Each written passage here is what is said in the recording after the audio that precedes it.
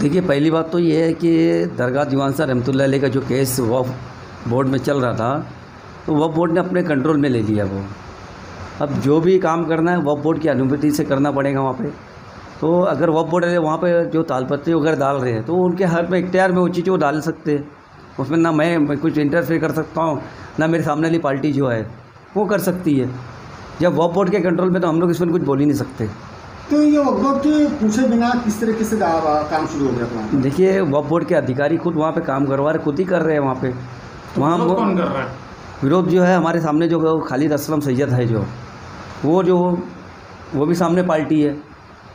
अब उनको लग रहा है कि यहाँ पे गलत हो रहा है, तो उनकी नज़र से लग रहा है गलत हो रही है। हमारी जो है वक्फ बोर्ड की नज़र से जो है वो सही हो रहा है, वहाँ नमाजियों को तकलीफ़ है। लेकिन आज तक तो नमाजियों के लिए कभी मंडप नहीं बांधे गए, कभी इस तरीके के तालपत्री नहीं बांधे गए। आज अचानक इस तरह का विवाद जब है वहाँ पर एक मसले में है वक्फ बोर्ड के, फिर ये मामला क्यों? देखिए, कई एक वीडियो वायरल हो चुकी है जिसमें नमाजियों को तकलीफ़ हो रही है। तो वहाँ पे जो नमाजी नमाज़ पढ़ते हैं उनके पैर जल रहे थे, बारिश का सीज़न आ रहा है, तो इंतजामिया ये जो है इंतज़ाम है खाली परमानेंट नहीं, टेम्पररी है। वो होने में क्या तकलीफ़ है उस पर? हम ये चाह रहे हैं कि वक्फ बोर्ड कर रही है, वक्फ बोर्ड के अंडर वक्फ बोर्ड करे। लेकिन इससे ऐसे ही टेम्पररी करके दीवान शाह की वक्फ बोर्ड की पूरी जगह ख़त्म हो गई, सिर्फ ये बचा है। देखिए, दीवान शाह दरगाह ही बची हुई है। आपने बेहतर सवाल किया, लेकिन अब जो प्रॉपर्टी गई थी प्रॉपर्टी आ रही है। शेड्यूल 1 पे 57 एकड़ ज़मीन आ चुकी है, और अल्हम्दुलिल्लाह जितनी भी प्रॉपर्टी है, ज़्यादा पहले शेड्यूल 1 पे आने के बाद तहसीलदार में बहुत सी प्रॉपर्टी आ चुकी है दरगाह के नाम पे। तो मेरा यही बोलना है कि वक्फ बोर्ड अगर अपने कंट्रोल में लिया तो वक्फ बोर्ड को करने दो।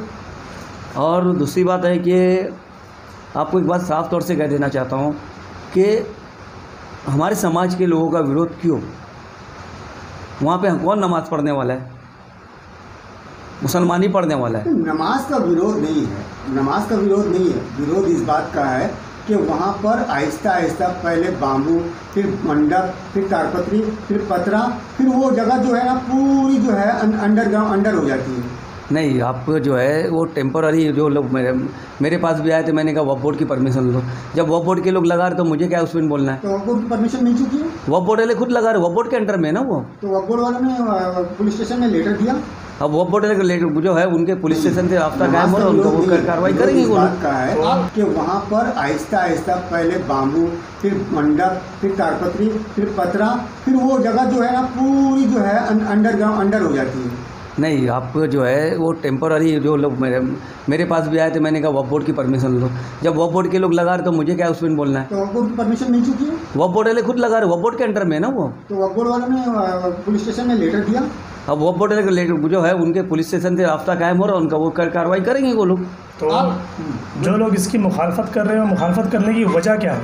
देखिए, अब उनकी नज़रिए से वो लोग सोचते हैं, लेकिन हमारा बोलना क्या है कि हर कोई अपने जो है नमाजियों को, मुसल्लियों को और ज़ायरीन को जो आराम देना चाहते हैं। वक्फ का मतलब ही कि वक्फ की प्रॉपर्टी सबके लिए, तो वो उसका आराम के लिए जो लगा रहे हो लोग, और मैं उसमें इंटरफेयर नहीं कर सकता, उसको रोक भी नहीं सकता, मैं लगा भी नहीं सकता कि वक्फ बोर्ड का काम है, वक्फ बोर्ड वाले कर रहे हैं। और जितनी भी डिस्प्यूटेड लैंड होती हैं उसको कहीं ना कहीं आस्था है ना के नाम पर उसमें और डिस्प्यूट पैदा करने की कोशिश की जाती है। भिवंडी शहर में तकरीबन ऐसी सैकड़ों मस्जिदें हैं कि नमाजी मस्जिद के अंदर नहीं, नमाज मस्जिद के बाहर ही पढ़ना पसंद करते हैं, चाहे वो धूप हो, चाहे बारिश हो, चाहे गर्मी हो, चाहे सर्दी हो। तो यहाँ पे वो डिस्प्यूटेड लैंड पे आपको वो इशू रेस करने की ज़रूरत क्या पड़ी?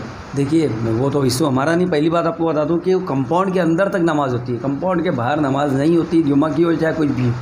हमने अब की बार जो है वक्फ बोर्ड वालों ने कहा कि पहले जो है आपके कंट्रोल में है तो आप जो है पहले नमाजियों को अंदर भरो, रोड पे कोई नमाज नहीं पड़ेगा। जब देखा कि अंदर भर गए तो फिर बाहर लोगों ने नमाज़ पढ़ी है, पहले अंदर ही भरी गई। वक्फ बोर्ड लोग हमने नहीं कहा था वक्फ बोर्ड के अंडर में हो, तो वक्फ बोर्ड देखिए हमारा मकसद है कि रोड पे कोई नमाज ना पढ़े, क्योंकि आने जाने वालों को तकलीफ़ होती है और जो है प्रशासन को तकलीफ़ होती है। हमारा मकसद ये है कि जब जो चीज़ कंपाउंड में नमाज कंपाउंड में पढ़े, मस्जिद के अंदर पढ़ो, पहला ये होना चाहिए। और अच्छा, ये बात बताइए कि ये मंडप जो लगाने का खर्च है वो कहाँ से आएगा? देखिए, मंडप लगाने का खर्च जो है, जैसे वहाँ पे मस्जिद के अखराजात जमा होते हैं तो वो लोग वो मस्जिद के जो जिम्मेदार हैं वो लोग लगा रहे हैं वहाँ पे। लेकिन अभी तो फिलहाल तो सभी जगह पर सील लगा हुआ है।